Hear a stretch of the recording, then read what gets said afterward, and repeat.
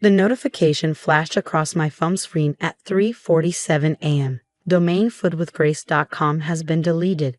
I'd been expecting it, but my heart still skipped a beat. 5 years of work, over 2 million followers, and a thriving business, all seemingly erased with a few keystrokes. My name is Grace Mitchell, and my ex-husband had just tried to destroy my career. I was in my kitchen, testing recipes for my upcoming cookbook when the message came through. The irony wasn't lost on me. I was literally making his favorite dish, a spicy Korean fried chicken that had gone viral last year, when he decided to pull the trigger on his revenge plan. Another text lit up my screen. How does it feel to lose everything? Maybe you should have thought twice before exposing my affair and the divorce proceedings. I wiped my hands on my apron and picked up the phone. Mark had always been vindictive, but this was a new low. He'd waited until now, 3 months after our divorce was finalized, thinking he'd caught me off guard. What he didn't know was that I'd been preparing for this moment ever since I found lipstick on his collar 6 months ago. My blog, Food with Grace, had started as a hobby, just a way to share my love of cooking after leaving my corporate job. But it had grown into something beyond my wildest dreams. My recipes were featured in major magazines, I had a cookbook deal with a top publisher, and brands were constantly reaching out for collaborations. Mark had hated it at first, telling me I was wasting my time. Nobody makes real money from blogs, he'd said dismissively. Then the checks started coming in, bigger than his salary as a middle manager. Suddenly, he was very interested in our business. I made him an administrator on the site, a decision I'd regretted the moment I caught him with his assistant in our bed. The divorce had been ugly, with him threatening to make me pay for ruining his reputation. I'd known then that he'd try to hurt me through the blog. So I planned accordingly. Another text, "Your followers are already noticing. Check Twitter." I did. Hashtag Food with Grace was trending, with concerned followers wondering why the site was down. My inbox was flooding with messages from worried fans and panicked brand partners. Time to put my plan into action. I opened my laptop and clicked on a folder labeled Recipes to Test. Inside was another folder, Backup Plan. With a few clicks, I initiated the restoration process I'd set up months ago. While that ran in the background, I called Sophie, my best friend and tech guru extraordinaire. "It's happening," I said when she answered, despite the early hour. "That bastard finally did it." She sounded fully awake, starting the countermeasures now. Sophie had helped me prepare for this, setting up multiple backups and a shadow site that could go live within hours. We documented everything. Every change Mark made to the site, every attempt to access the backend, every threatening email he'd sent. "How long?" I asked, watching the progress bar on my screen. 2 hours to restore everything. Another hour to redirect the domain. By breakfast time, Food with Grace will be back, bigger and better than ever. I smiled, thinking of the surprise waiting for Mark. And the other thing. Already in motion, the lawyers have everything they need. While my site was being restored, I pulled up the document I'd been compiling for months. Screenshots of Mark's threats, records of his attempts to sabotage my business, evidence of his affair. Everything that proved this was a calculated attack. My phone buzzed again. This time it was Diana, my publisher. "Grace, what's happening?" "The site is temporarily down," I cut in smoothly. "Technical difficulties. It'll be back up in a few hours." "Are you sure? Because we have the cookbook promotion." "Diana," I said firmly, "trust me. Everything is under control." After reassuring her, I posted a quick message to my social media accounts. "Dear followers, Food with Grace is experiencing some technical issues. Don't worry, we'll be back soon with some exciting changes. In the meantime, who's hungry for some Korean fried chicken?" I attached a photo of the dish I'd just finished, perfectly crispy, glazed with a sauce that had taken me years to perfect. The responses were immediate. "Can't wait for the site to be back. That chicken looks amazing. We trust you, Grace." Mark's next text came an hour later. "Trying to do damage control? It's too late. Everything's gone. Recipes, photos, subscriber list, everything." I typed back, "Thanks for the heads up. Making chicken. Want the recipe?" His response was immediate. "Are you insane? Your career is over." "Is it?" Better check the site in about an hour. I could almost feel his confusion through the phone. He thought he destroyed me, but he'd forgotten something crucial about who I was, who I'd always been. Before I was a food blogger, I was a project manager for a Fortune 500 company. I specialized in risk assessment and contingency planning. Mark used to make fun of my obsessive attention to detail, my need to have backup plans for my backup plans. Those same skills had saved my business. While the site restoration continued, I made a few more calls. First to my lawyer, confirming that everything was documented for the restraining order and civil suit we'd be filing. Then to my team, the photographers, recipe testers, and content managers who'd helped build Food with Grace into what it was. They'd all been briefed on this possibility. Everyone knew their roles. At 6:45 a.m., exactly 3 hours after Mark's attack, Sophie called. "We're ready," she said. "Want to do the honors?" I sat at my kitchen counter, laptop open, the smell of Korean fried chicken still lingering in the air. Do it. With a few keystrokes, Food with Grace was back online, not just restored, but improved. The new site was faster, more secure, and featured an interface we'd been working on in secret for months.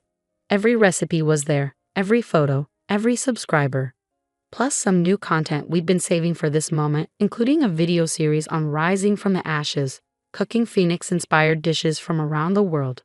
My phone started buzzing immediately, followers celebrating the site's return. Brands impressed by the smooth handling of the technical difficulties. Food magazines wanting to cover the story. And Mark, his messages became increasingly frantic. "What did you do? How is this possible? This isn't over." I waited until 7 a.m. exactly to respond. "You're right, it's not over. Check your email." I knew what he'd find in his inbox. A letter from my lawyer detailing the criminal charges for cyber attacks and the civil suit for attempted business sabotage. Every threat he'd made, every action he'd taken, meticulously documented. The final blow was the press release, scheduled to go out in 1 hour. Food with Grace announces major expansion. We'd be launching a cooking school, a kitchenware line, and yes, that cookbook deal had just been doubled. My phone rang, Mark again. I let it go to voicemail, focusing instead on plating the Korean fried chicken for its photo shoot. The sauce glistened perfectly, garnished with sesame seeds and green onions. Sophie arrived just as I was finishing the styling. "Want to hear something funny?" she asked, setting up her camera. His attempt to delete the site actually triggered our security protocol. We now have evidence of exactly how he did it. Timestamps, IP addresses, everything. I adjusted a piece of chicken slightly. He never did understand that destroying something doesn't make you powerful. Building does. Speaking of building, Sophie grinned. "Wait until he sees what else we've been working on." She was referring to our biggest project yet, one we kept completely under wraps. While Mark had been plotting to destroy Food with Grace, we've been developing an entire digital cooking platform. The attack on my site would now serve as the perfect launch publicity. As Sophie photographed the chicken, I checked the site metrics. Traffic was already higher than usual, with thousands of supportive comments pouring in. My followers weren't just staying, they were rallying around me. Another text from Mark. "You think you're so clever. This isn't the end." I finally replied, "You're right, it's a beginning. By the way, the chicken recipe you loved so much, I've improved it. But don't worry, you can find it on the site. It's under Sweet Revenge." The next few days passed in a whirlwind of activity. While Mark seethed and sent increasingly desperate threats, Food with Grace was experiencing unprecedented growth. The attempted takedown had become a rallying point, with my story spreading through social media like wildfire. "You have to see these numbers," Sophie said, bursting into my kitchen where I was filming a new recipe video.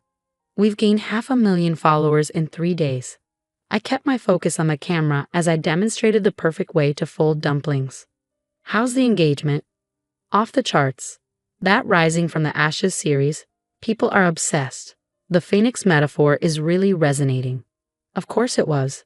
Everyone loves a comeback story, especially one involving food and revenge served with style. My phone buzzed. Another email from Mark's lawyer, demanding we take down the press release about the site attack. I forwarded it to my legal team without reading it fully. They'd been expecting this. "Grace?" Sophie was looking at her tablet with concern. Mark's posted something. You should see this. I finished crimping the last dumpling before checking the screen she held out. There it was, a lengthy post on LinkedIn of all places, painting himself as the victim of a vindictive ex-wife who had manipulated the narrative of our divorce. According to sources close to the situation, he'd written, Food with Grace was jointly developed, with significant contributions from both parties during the marriage. I actually laughed out loud. Significant contributions? He once suggested I make spaghetti more authentic by adding ketchup. Sophie wasn't smiling. He's claiming partial ownership of the brand. Let him. I turned back to my dumplings, placing them carefully in the steamer. We have years of documentation proving he had nothing to do with content creation. Plus, I pulled up a folder on my laptop labeled Insurance. Inside were hundreds of screenshots, every dismissive comment he'd made about the blog on social media, every email where he'd mocked my little cooking hobby, every text where he complained about me wasting time on recipe development. I saved everything, I explained. From day one. Call it a chef's instinct for keeping good records. Sophie scrolled through the folder, her eyes widening. There's even a video. From 3 years ago, Christmas dinner. He had quite a lot to say about how anyone could run a food blog, and how I was lucky he let me play around with this nonsense instead of getting a real job. I smiled. My nephew was going through a documentary phase. Filmed the whole thing. You're scary sometimes, you know that? No, I corrected, checking the temperature on my steamer. I'm prepared. That preparation was about to pay off in ways even I hadn't anticipated. While Mark was trying to claim ownership of Food with Grace, our new digital platform was in final testing. We'd named it Feast, a comprehensive cooking education platform that would make my blog look like a small side project in comparison. The next morning, I had a meeting with my publisher about the cookbook. Diana was practically bouncing with excitement. The pre-orders are incredible, she announced. We need to double the initial print run. What about the bonus chapter? I asked. She grinned. You mean the one about rebuilding after betrayal, complete with Phoenix-themed recipes, already laid out and ready to go?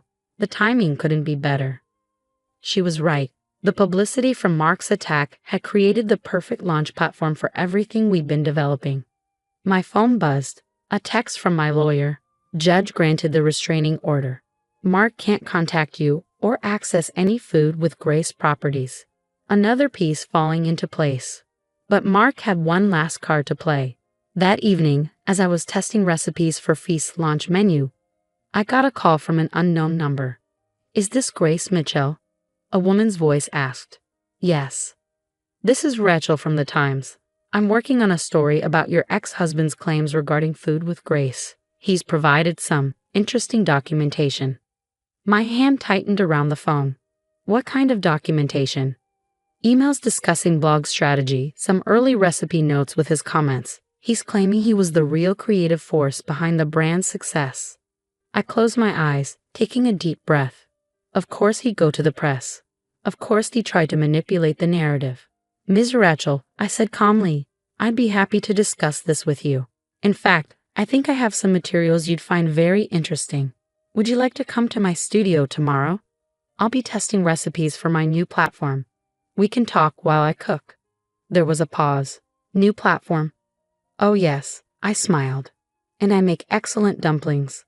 The next day, Rachel sat at my kitchen counter, recorder running, as I demonstrated the dumpling technique I perfected over years of practice. So, she said, watching me fold perfect pleats into the wrapper, tell me about these claims your ex-husband is making. I gestured to the laptop set up nearby. Before we get to that, I'd like to show you something. For the next hour, I walked her through everything. The documented history of Food with Grace, the evidence of Mark's dismissal of the blog, the video from that Christmas dinner. I showed her the threatening texts he'd sent before and after the divorce, the records of his attempted site takedown, the paper trail of my sole ownership and development of the brand. And now, I said, setting a plate of perfectly steamed dumplings in front of her. Let me tell you about Feast. By the time Rachel left, she had a very different story than the one Mark had tried to sell. 2 days later, her article ran in the Times. From blog to empire. How one chef turned betrayal into business success. The piece detailed not just Mark's attempted sabotage, but the full scope of what we built and what we were about to launch. The response was immediate and overwhelming. Feast's waitlist grew to over 100,000 people overnight. The cookbook pre-orders doubled again, and Food with Grace, we passed 3 million followers. Mark's final text came the next day. "You planned this. All of it." I was in my test kitchen, filming a series on traditional dumpling techniques from around the world for Feast's launch. The irony wasn't lost on me. The very skills he dismissed as a hobby had built an empire. "No, Mark," I typed back. "You plan to destroy something. I plan to build something better." Then I blocked his number and turned back to my dumplings. 6 months later, I stood on a stage at the International Food Media Awards, accepting the award for digital innovation in culinary education. Feast had revolutionized online cooking education, while Food with Grace had become the gold standard for culinary content creation. Success, I said in my acceptance speech, is like a well-developed recipe. It takes time, patience, and a willingness to learn from your mistakes. Sometimes the ingredients life hands you seem bitter at first, but with the right technique, you can transform them into something extraordinary. The audience applauded, but I wasn't finished. And to anyone who's ever been told their dreams are just a hobby, their passion is just a waste of time, their goals are unrealistic, remember this: the same fire that others use to try to destroy you can become the flame that helps you rise, stronger and more determined than ever. Later that night, at the celebration dinner, Sophie raised her glass. "To the phoenix of the food world," she toasted, "and to perfect dumplings." I laughed, clinking my glass against hers. "To being prepared." "You know," she said thoughtfully, "Mark really did you a favor. Without his attack, we might have rolled everything out more slowly." "True," I nodded. Sometimes your enemies become your best motivators. As we enjoyed the meal, including a special batch of phoenix-shaped dumplings I created for the occasion, I thought about everything that had led to this moment. Mark had tried to erase my work, thinking he could destroy years of effort with a few keystrokes. Instead, he'd helped launch the next phase of my career, proving once again that sometimes the best revenge isn't about destroying what others build. It's about building something they never imagined possible, and I was just getting started. The next morning, as I reviewed the final edits for my cookbook, a notification popped up on my phone. A news alert about Mark. His company had demoted him following the publicity from his failed attack on Food with Grace. Apparently, they didn't appreciate his approach to conflict resolution. I closed the alert without reading further. His story wasn't my concern anymore. I had recipes to develop, classes to teach, and an empire to run. After all, success is the best revenge, especially when served with perfect dumplings.